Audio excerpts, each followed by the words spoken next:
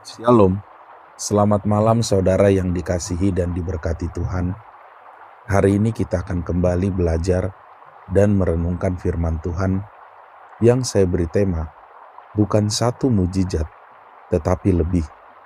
Saudara, pernahkah kita pergi ke toko hanya untuk membeli satu barang, tetapi ternyata kita mendapatkan bonus yang tidak kita duga? Misalnya, kita datang hanya ingin membeli sebuah ponsel. Ketika membayar, ternyata kita mendapatkan bonus earphone, casing, dan garansi tambahan lainnya. Kita datang mengharapkan satu hal, tetapi pulang membawa lebih banyak dari yang dapat kita bayangkan. Seringkali demikian juga cara Tuhan bekerja. Kita datang kepada Tuhan dengan satu pergumulan, satu permohonan doa, satu kebutuhan. Namun ketika Tuhan menjawab, Dia tidak hanya mengerjakan apa yang kita minta. Dia sering memberikan lebih daripada yang kita dapat pikirkan. Mari hari ini kita baca firman Tuhan yang terambil dari Markus pasal 5, ayatnya yang ke-29. Firman Tuhan berkata demikian, "Seketika itu juga berhentilah pendarahannya, dan ia merasa bahwa badannya sudah sembuh dari penyakitnya." Wanita yang mengalami pendarahan 12 tahun dalam Markus pasal 5 ini datang dengan satu harapan, asal ku jamah saja jubahnya, aku akan sembuh. Tetapi ketika mujizat terjadi, ternyata Tuhan tidak hanya menghentikan pendarahannya, tetapi ada hal yang lain juga Tuhan sembuhkan dan pulihkan. Pertanyaannya bagi kita adalah, bagaimana Tuhan menyatakan mujizat itu? Yang pertama, mujizat yang Tuhan kerjakan seketika.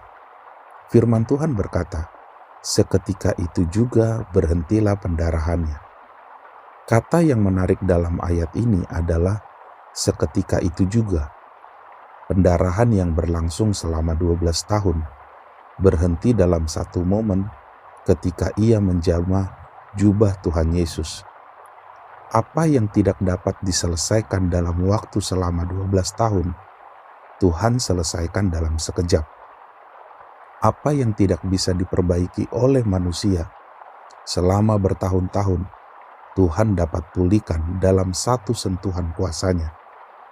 Hanya dengan iman menjamah jubah Tuhan Yesus, wanita ini tidak membawa persembahan, ia tidak melakukan ritual khusus, ia tidak memiliki kekuatan, yang ia miliki hanyalah iman. Wanita itu berkata, asal ku jamah saja jubahnya, aku akan sembuh. Iman yang sederhana menjadi jalan bagi kuasa Tuhan bekerja. Hari ini mungkin ada orang yang sudah lama bergumul, sudah lama berdoa, sudah lama menunggu. Ingatlah, Tuhan tidak membutuhkan waktu yang lama untuk melakukan mujizat. Ketika waktunya tiba, Dia dapat mengubah keadaan kita dalam seketika. Yang kedua, Tuhan menghentikan pendarahan. Ayat ini dengan jelas mengatakan, berhentilah pendarahannya. Ini adalah masalah utama wanita itu. Selama 12 tahun ia kehilangan darah, selama 12 tahun ia kehilangan kesehatan, selama 12 tahun ia kehilangan kekuatan. Menurut kisah sebelumnya, ia sudah menghabiskan banyak biaya untuk berobat, tetapi keadaannya justru semakin buruk. Artinya, masalah ini sudah melewati kemampuan manusia. Namun apa yang tidak dapat diselesaikan tabib pada waktu itu, dapat diselesaikan oleh Tuhan Yesus. Tuhan menyentuh akar persoalannya. Dia tidak sekedar mengurangi gejala, Dia tidak sekedar membuatnya merasa lebih baik, Dia menghentikan sumber masalahnya.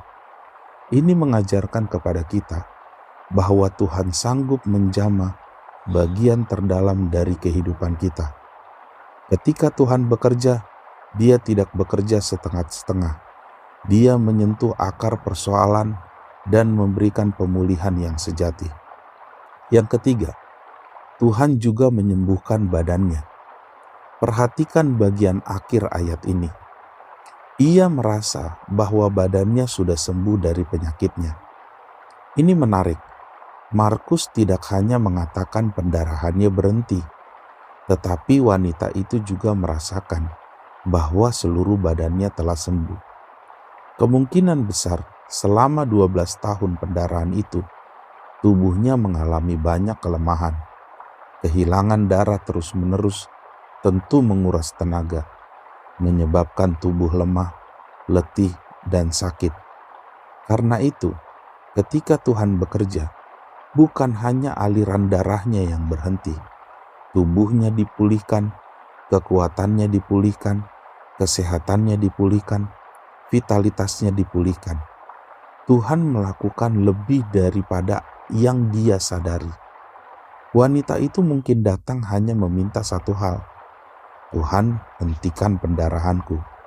Tetapi Tuhan berkata seolah-olah, aku tidak hanya akan menghentikan pendarahanmu, aku akan memulihkan tubuhmu juga. Inilah karakter Tuhan. Dia tidak hanya memperbaiki satu bagian hidup kita, dia suka melakukan pemulihan yang menyeluruh. Kesimpulannya bagi kita hari ini, saudara, pelajaran besar dari kisah ini adalah ketika Tuhan bekerja, dia bukan hanya menjawab satu permohonan doa kita, tetapi seringkali memberikan lebih. Wanita itu meminta kesembuhan dari pendarahan. Tuhan memberikan pendarahan yang berhenti, tubuh yang dipulihkan, kekuatan yang diperbarui, dan bahkan identitas baru ketika Yesus menyebutnya anakku. Apa yang diminta hanya satu, yang diberikan Tuhan jauh lebih besar. Mungkin hari ini kita datang kepada Tuhan dengan satu kebutuhan. Mungkin kita hanya meminta jalan keluar dari satu masalah hidup kita. Tetapi percayalah, Tuhan sanggup melakukan lebih daripada yang kita pikirkan. Dia bukan hanya menyembuhkan satu bagian hidup kita, Dia memulihkan seluruh kehidupan kita. Karena Tuhan bukan Allah yang bekerja secara terbatas. Dia adalah Allah yang memberi lebih dari yang kita minta dan lebih dari yang kita bayangkan. Kita sering meminta Tuhan menghentikan masalah kita, tetapi Tuhan ingin memulihkan seluruh hidup kita. Doa saya, kiranya kita akan terus melihat banyak mujizat terjadi di dalam hidup kita. Bukan hanya lewat satu hal yang kita minta, tetapi banyak hal yang memerlukan pemulihan dari Kristus Yesus, Tuhan kita. Tuhan Yesus memberkati.